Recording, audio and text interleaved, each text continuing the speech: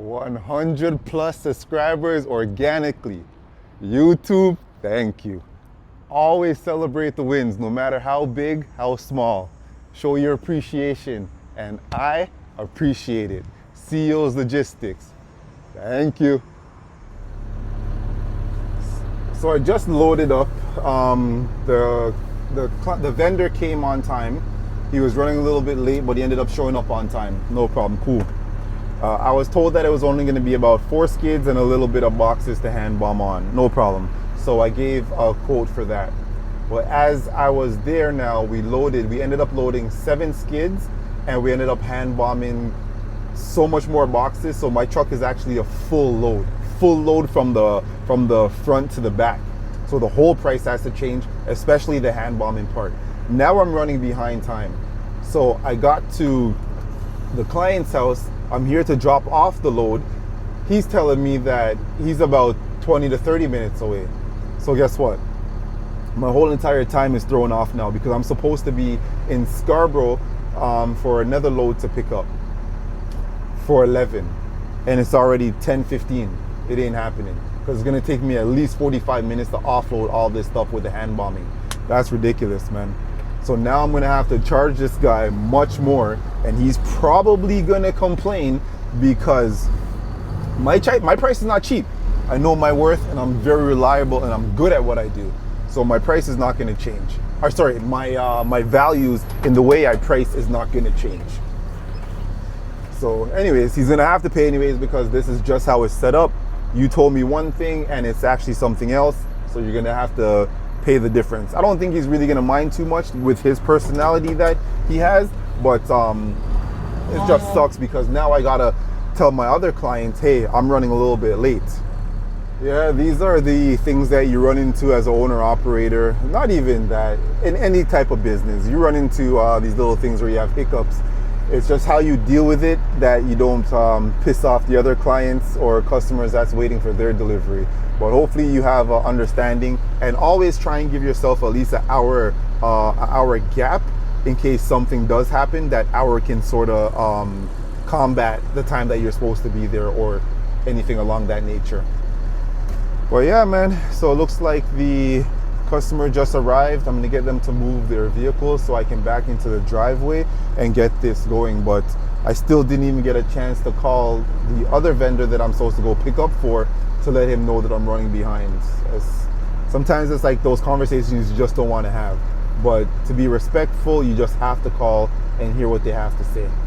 So I'm gonna back this in, get this load out, and then see what time I can make it to the next pickup. See the sweat, right? See the sweat, right? I'm out here working, man, putting in the hustle, putting in the grind to get what I want. So not everything could come off the truck. So therefore, I'm gonna have to bring some stuff back to him. And that's another fee because now I'm going backwards. But that's not gonna happen until after I take care of my runs that I have today. Unfortunately, that's just how it goes. I gotta take care of my stuff, then I can take care of yours after. He even gave me a wad of cash to pay for the stuff. The receiver gave me cash to bring back to the vendor to pay him. Is that my responsibility? Not really. But I think because I'm so trustworthy that they give me these responsibilities because I'm not that person, man. You gave me over $2,000 cash. I'm not gonna run off with your money. It's not worth it. That's short-term bullshit is what I call it. Don't do stuff like that. But anyways, I'm off to my next run. I am late. I'm gonna figure out what time I can get there, and I'll see you guys when I'm there. So surprisingly, there's no traffic on the road, especially the 401 heading eastbound, which is always a nightmare. So I actually made it to my location as I'm pulling in. It only took me 26 minutes. Can you believe it? 26 minutes from Etobicoke to Scarborough. It's like a record. Anyways, I'm here. I'm gonna back in, get loaded. So what? I'm only 16 minutes away. I'm supposed to be, I'm 16 minutes late. I'm supposed to be here at 11 and it's 11:16. This is amazing. So I'm actually not too far off. So I'm gonna back in, load this, and then be on my way I did see an accident heading back west, and that's where I need to go. So I'm gonna see if I can go around at all, or hopefully the accident will be cleared up by the time I finish loading, which I doubt it. But we'll figure it out. So I might still be able to make all my times that I had set out this morning, even with this delay. So hopefully that's what it is. Oh, am I back in good? Did I back in good? Because I know I'm a back in king. I'm a backing expert. So let me chalk the wheel, get this loaded. See you in a bit. So that wasn't too bad. Quick in and out, 5 skids loaded. Normally it's 4, but today is 5, so I'm gonna charge them a little bit more on that one. But so far, doing good, man. 11:25. I like it. I like it. Time is moving in my way, and the money is rolling my way. Give thanks, you know. And by the way, if you guys didn't check out my Instagram, check out the Instagram, CEOs_logistics. Thank you for 100+ natural subscribers. I appreciate it. Very organic, no gimmicks. It's not a lot of people, but you know what? It's a milestone for me. I'm happy. It shows that you guys actually appreciate the work that I'm putting in. So thank you, man. Appreciate it. So now I'm off to drop this load off. Like I was saying earlier, hopefully the highway is not too busy because of that accident I saw earlier. And it doesn't really set me back at all, because I am doing great. So here's the accident on the express side, which is the side I normally take. I should have took it because it's friggin' moving, and I stayed in the collectors, and the collectors ain't really moving, man. Look at all the way up there. All the way up there. Collectors ain't moving. Express is moving fine. But that's what happens when you gamble. And I lost. Ooh, okay, I see you. I see you, Mr. Money. I see you. Me and the wife really like this one, but we're not gonna get it. It's not really worth it. The money for what you're getting is not really worth it. So we're gonna pass. Anyways, back to my traffic. Here I am, moving slowly.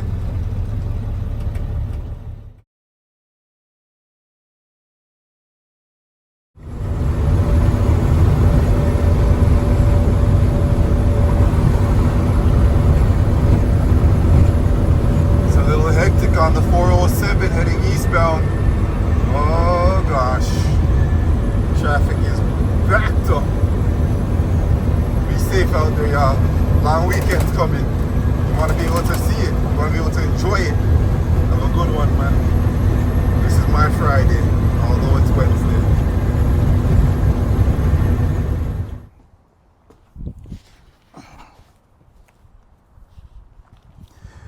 All right, guys. So I couldn't really record as I always want to. Some places don't allow you to record in them, and that's okay, right? Business still goes on. So that last run I did, it went well. I also did one other run in between that I didn't get a chance to show you as well. So I'm at home now. It was a successful day. As always, I'm going to give you the breakdown, right? So before I even jump into the breakdown, as I was setting up the tripod and everything to record, the phone rings and it says likely spam or likely fraud. Hopefully you guys get that too, right? So I answered the phone. I said, listen, I don't have a business. Please take me off of this list. I get a call from you guys every single day. I'm really tired of it. He goes, sir, I understand, but why don't you buy a bot? I said, buy a bot to do what? He goes, if you buy a bot, you'll stop getting these kind of calls. We sell the bots. I said, hold on.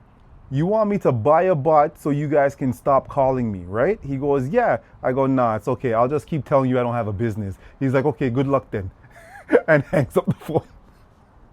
Yo, these guys are bright, they're feisty. I don't get them, man. Just stop calling me, man. I don't know how you guys got my number on your directory, but get it off if you're watching this video. Trust me. Anyways, that was funny. So as I said, let's jump back into it. So how did the day go? My first run, It was supposed to be 250. I ended up being 400. Reason being is because there was extra hand bombing. It was a full load truck when it shouldn't have been a full load. The tailgate, plus I had to bring 4 skids back to the location. So as I said, started off at 250, ended up being 400. The second load was to Scarborough, picked up the 5 pallets and brought them back down. That was 200. That's a flat rate of 200 no matter if it's 5 skids or below, it's going to be a flat rate of 200. 6 skids and above, then the price increases. Third run was 250. It started off at 250, ended up being 400. The boxes were taller than me, couldn't fit in the truck. I had to hand bomb as well to make another pallet. So started off at 250, ended off at 400 with that one. Then there was the fourth run, which was $150. Very easy run. So then I got to take into consideration my fuel, which was 150 I put in fuel today. So that pump took 150 out my pocket, but it's all good. So in total, that is $1,150 for the day, minus my fuel 150, leaves me with $1,000. And that was 361 kilometers from the moment I put my key in the ignition to I turned it off at my truck yard. So 361 total kilometers for a total of $1,000 today.